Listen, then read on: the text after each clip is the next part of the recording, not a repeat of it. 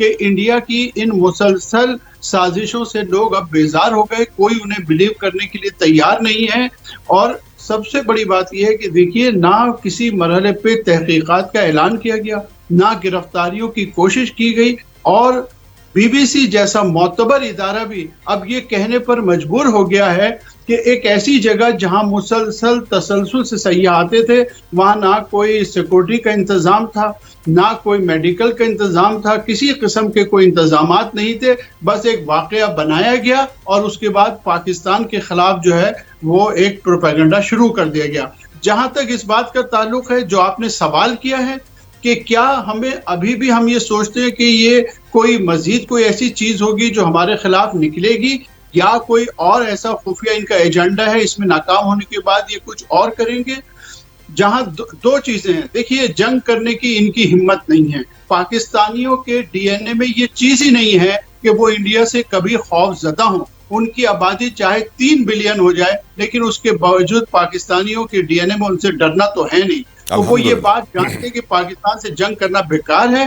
دوسری بات یہ ہے کہ یہ اسرائیل جیسے کسی ملک کی مدد سے ہمارے خلاف یقیناً کوئی نہ کوئی سازش کر سکتے ہیں, اور ہمیں بالکل الرٹ رہنا ہوگا, جس طرح ہماری فورسز الرٹ ہیں, جس طرح ہمارا میڈیا الرٹ ہے, جس طرح لوگ الرٹ ہیں, اسی طرح ہمیں رہنا ہوگا. بالکل آپ نے صحیح کہا, اور میں آپ سے 100% ایگری کرتا ہوں قریشی صاحب کہ یقیناً اسرائیل چاہتا ہے کہ وہ ایران پہ حملہ کرے اور اس خطے میں کشیدگی بڑھے, اور یہ آسان ترین طریقہ ہے اسرائیل کے لیے کہ وہ بھارت کو کہے کشیدگی بڑھاؤ. طارق خلیل صاحب ہمارے ساتھ موجود ہیں, ستارہ امتیاز. بہت بہت شکریہ بریگیڈیئر صاحب آپ کے وقت کے لیے بھی, and welcome on the show. I'll go towards حافظ احسان احمد صاحب, then I'll come to you brigadier صاحب. حافظ صاحب, آپ کی نظر میں اس فالس فلیگ آپریشن کے کچھ اور ٹارگٹس بھی ہو سکتے ہیں, جس طرح نعیم قریشی صاحب نے کہا, اور میں ان سے اگری کرتا ہوں کہ اسرائیل ہو سکتا ہے کہ اس کے پیچھے ہو, کیونکہ وہ ہمیشہ سے پریشر پڑوا رہا ہے پاکستان کے اوپر ڈیفرنٹ اینگل سے, ڈیفرنٹ ممالک سے. آپ ان لیکڈ ڈاکیومنٹس کے آنے کے بعد سمجھ کہ بھارت ہم پہ حملہ تو کرنے کا سوچ ہی نہیں رہا, مجھے لگ رہا ہے کچھ اور ہے, کیا آپ کو نظر آ رہا ہے حافظ صاحب؟ بسم اللہ الرحمن الرحیم. پہلا آپ کا شکریہ کہ آپ نے موقع دیا. 1947 سے لے کے 2025 تک اگر آپ مختلف ایونٹس کے اوپر جائیں جو پاکستان اور انڈیا کے درمیان یا پاکستان اور انڈیا کے درمیان آپ کے یونائٹڈ نیشنز کے اندر ہیں, تو آپ کو ایک کلیئر کٹ جو ہے وہ انڈین کانسٹیٹیوشنل کانٹراڈکشنز بھی نظر آئیں گی, پولیٹیکل کانٹراڈکشنز بھی نظر آئیں گی, انٹرنیشنل کمٹمنٹس کی فیلیئرز بھی اس کے اندر نظر آئے گی آپ کو, اور ایک ایسی ایفرٹ کی جائے گی کہ یہ ساری چیزیں جو ہے وہ انڈر دا کارپٹ رہیں, اور اس کے اوپر ایک ایسا نیریٹو کریٹ کیا جائے کہ جو لیجیٹیمیٹ سٹرگل ہے, چاہے کشمیریوں کی سٹرگل ہے یا اس کے بعد پاکستان کے ان کے ساتھ ریلیشنز ہیں, ان کو کسی نہ کسی طرح سبوتاج کر کے جو ہے اپنی سب کانٹیننٹ کے اندر ایک ہیجمنی کو بنایا جائے.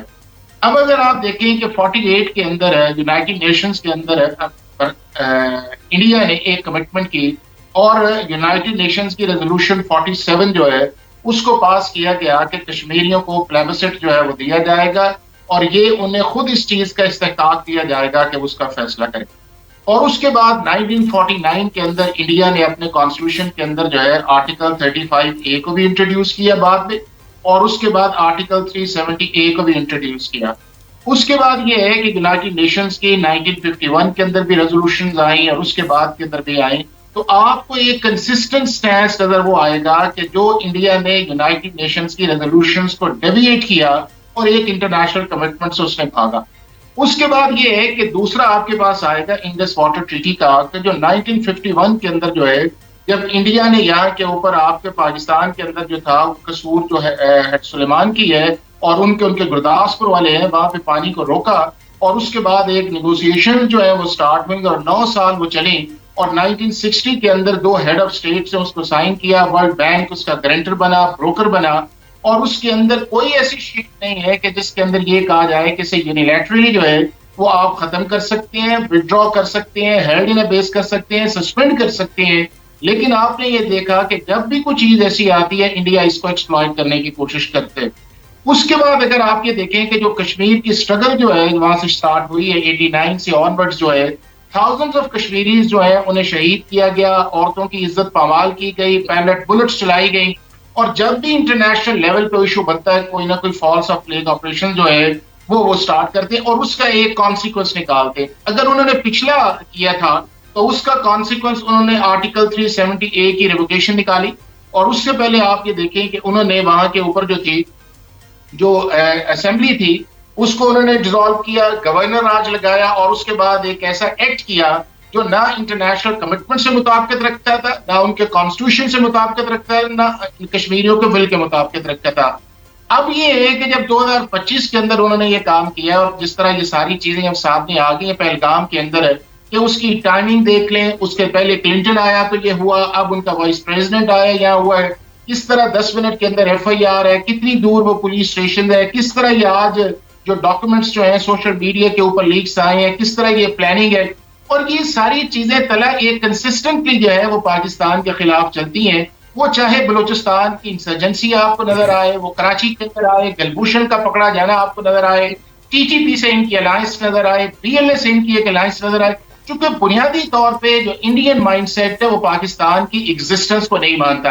اور فرام ڈے ون چاہے ایسٹس کی ڈسٹریبیوشن آئے, چاہے آپ کی پانی کی ڈسٹریبیوشن آئے, انہوں نے ہر معاملے کے اندر پاکستان کو جو ہے وہ کوشش کی ہے کہ اسے لیٹ ڈاؤن کیا جائے. پرابلم آگے سے یہ آئی ہے کہ پاکستان جو ہے جس طرح دنیا کے اندر دو چیزیں ایسی ہیں جو آپ کی بنی ہے, ایک ریاست طیبہ اور ایک پاکستان جو اسلام کے نام کے بنا ہے. اب وہ چیز جو ہے وہ نہ یہودیوں کو ہضم ہو رہی ہے نہ ہندوؤں کو ہضم ہو رہی ہے, اور اس کانٹیکسٹ کے اندر یہ پاکستان کے اوپر بار کر. اب لکیلی ہوا یہ ہے کہ باوجود اس چیز کے کہ پاکستان کی اکانومی یا پاکستان کے گورننس کی ایشوز جو ہیں, پاکستان کی فوج نے اپنے آپ کو اس کے اندر کھڑا کیا ہے, اور کھڑا کر کے جو ہے وہ یہ ہے کہ آپ کے پاس نیوکلیئر پاور ہے, آپ کی بیسٹ میزائل ٹیکنالوجی ہے, آپ نے JF-17 تھنڈرز تک آپ نے بنائے ہیں, آپ کا اس کے بعد نیوی نے اپنے آپ میں امپروو کی ہے.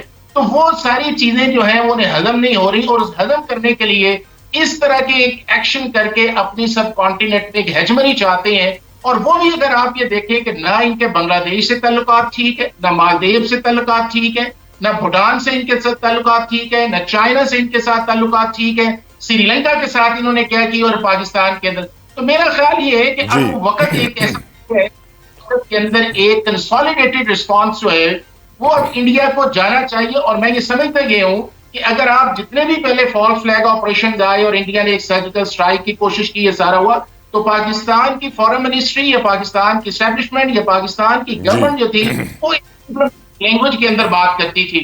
لیکن اب کی بار میں دیکھ رہا ہوں کہ ایک واضح فرق آپ کو نظر آ رہا ہے کہ پاکستان کی اسٹیبلشمنٹ بھی یہ کہہ رہی ہے کہ ہمیں آزمایا نہ جائے, اگر آپ نے ہمیں آزمایا تو جنگ آپ نے شروع کرنی ہے, اور اس کو ہم نے لے کے کہاں تک جانا ہم فیصلہ کریں گے. پاکستان کی فیڈریشن نے کہا ہے کہ آپ اس معاملے کے اندر نہ آئیں, اگر آئیں تو ٹیٹ فور ٹیٹ ہے جس طرح ہمارا فارن منسٹر کہہ رہے ہیں. اس کے بعد پرائم منسٹر نے ساری دنیا کو کنوے کر دیا ہے. تو میرا یہ خیال ہے کہ اس دفعہ پاکستان جو ہے وہ ویل پریپریشنز کے ساتھ جو ہے اگر انہوں نے کوئی ایسی موو کرنے کی کوشش کی تو ایسا رسپانس دیا جائے گا تو شاید کچھ ڈیکیڈز کے اندر یہ سوچنے سمجھنے سے پہلے دیکھیں.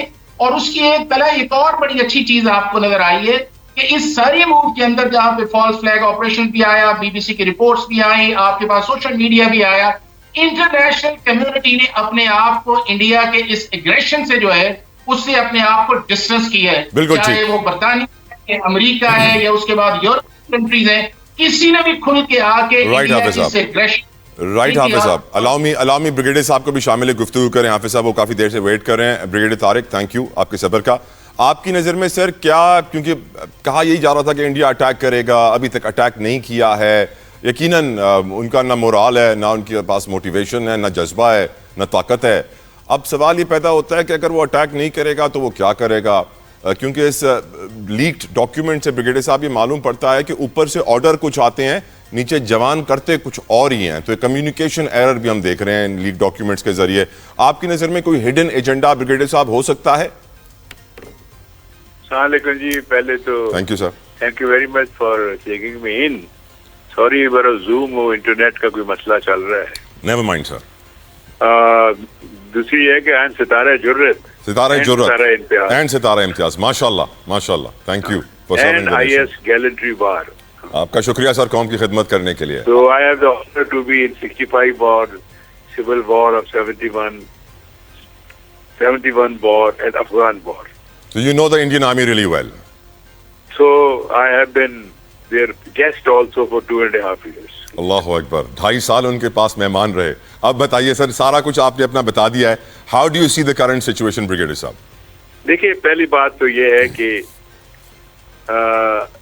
میں پروفیشنلی بات کروں گا, not with the sentiments. Right sir. دیکھیں ہمیں سب سے پہلے اپنے دشمن کو کبھی انڈر ایسٹیمیٹ نہیں کرنا چاہیے. ٹرو. یہ سب سے بڑی غلط فہمی ہوتی ہے جو ہم نے 71 میں بھی کی تھی. دشمن کو اوور ایسٹیمیٹ کر کے اپنا پلاننگ کرتے ہیں ہم, نہ کہ انڈر ایسٹیمیٹ کر کے. ٹھیک.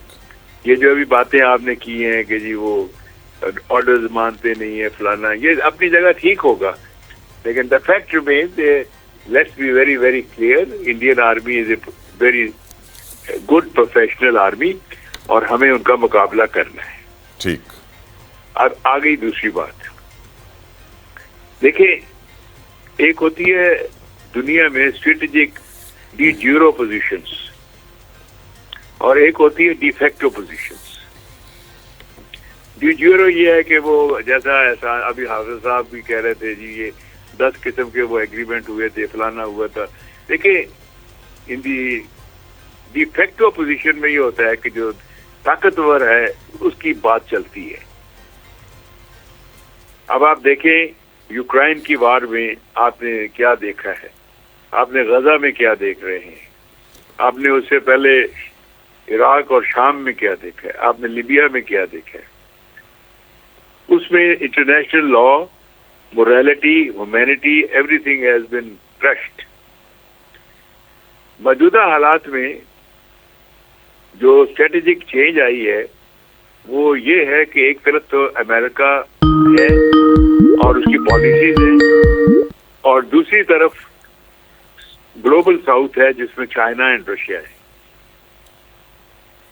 India is a linchpin in South Asia as far as the Americans are concerned. It is a country with 3 or 4 billion population. It has a large reserves. It is a manufacturing country. It is a very good market for them.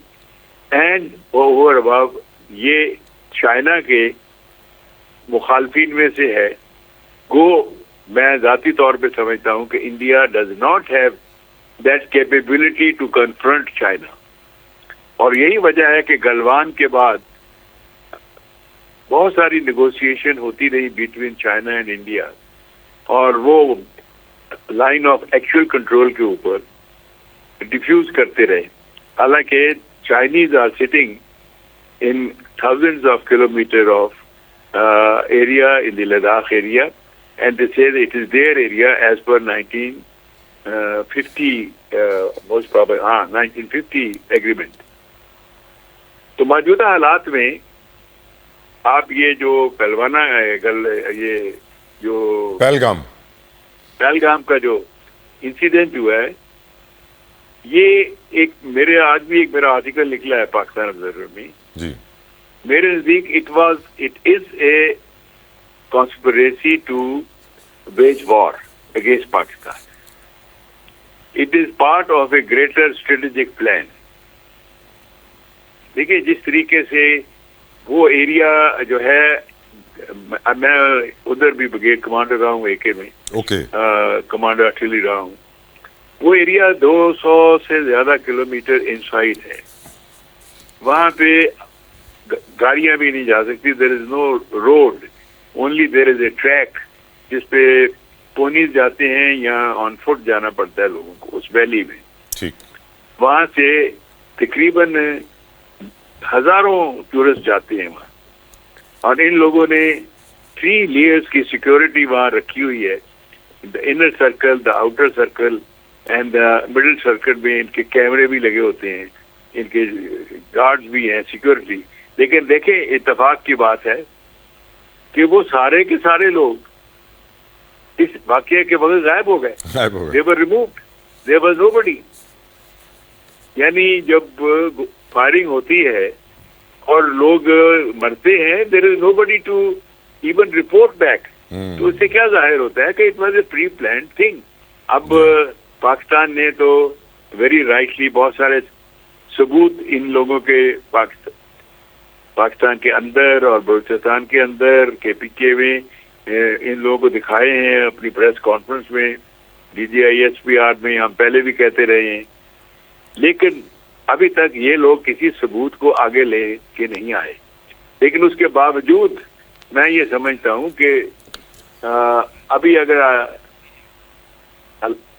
اس کو کہنا چاہیے نا attack position کو ہوتے ہوئے بھی انہوں نے کوئی اٹیک ابھی تک نہیں کیا ہے, تو اس کی میرے نزدیک دو وجوہات ہیں جی.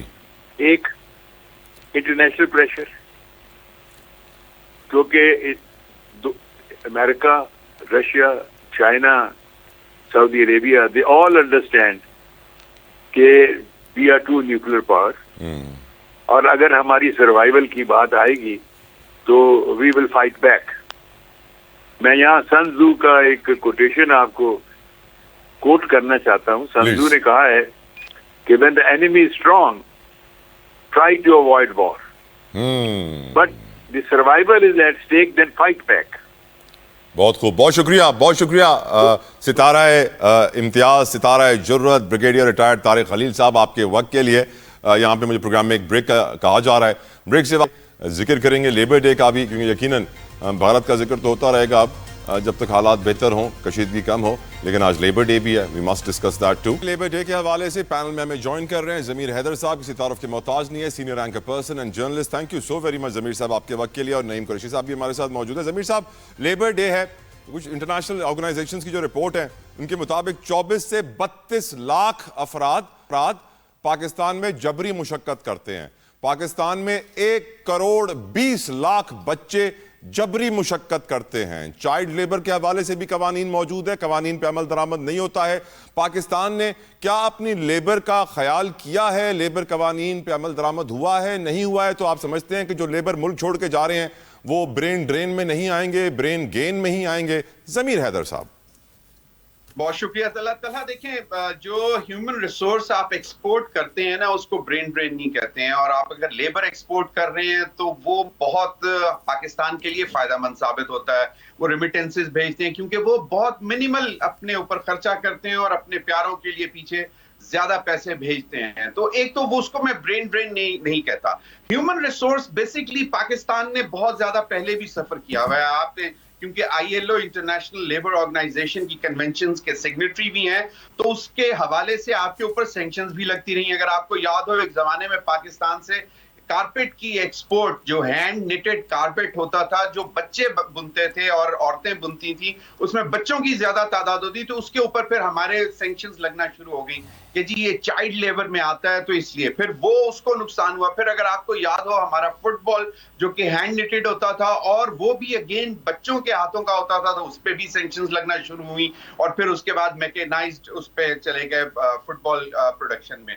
لیکن بات سمپل سی ہے کہ اگر آپ نے ایک اچھا خاصا ایک فگر بتایا ہے کہ یہ آپ کے بچے جو ہیں اس وقت پاکستان میں فورسڈ چائلڈ لیبر کر رہے ہیں, ہم اس کو فورسڈ چائلڈ لیبر کہیں گے, لیکن بہت پرابلمز ہیں کیونکہ آپ کا you are not a socially welfare state. آپ کے ایک ویلفیئر اسٹیٹ کہنے کو ہیں, پرائیویٹ این جی اوز ہیں وہ کرتی ہیں کچھ, یا کچھ مخیر حضرات جو وہ کرتے ہیں, لیکن کوئی باقاعدہ سسٹم, پالیسی سسٹم نہیں ہے. کوئی آرگنائزیشن گورنمنٹ کا ایسا نہیں ہے کہ جو وہاں پہ ورک شاپس پہ اور جہاں پہ بھی چائلڈ لیبر بتوں میں جو چائلڈ کام کر رہے, بچے کام کر رہے ہوتے ہیں, ان کو وہاں سے اٹھا کے ان کو باقاعدہ اسکولوں میں ڈالا جائے, ان کو پڑھایا جائے.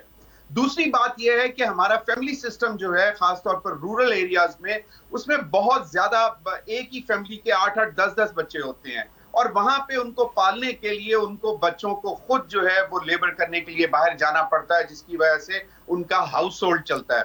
تو یہاں پہ جب جو ایک ڈیولپنگ کنٹری ہے پاکستان, اس میں یہ چیلنجز ہیں, بہت زیادہ چیلنجز ہیں. جب آپ کی معیشت جو ہے اس طرح پرفارم نہیں کرے گی, تو پھر آپ کہاں سے یہ ویلفیئر پروجیکٹس لانچ کر سکیں گے کہ آپ اتنی بڑی تعداد کے سارے بچوں کو آپ اٹھا کے اسکولوں میں یا بورڈنگ ہاؤسز میں آپ ڈالیں اور ان کے خاندان کی کفالت بھی کر سکیں. تو یہ پاسبل نہیں ہے.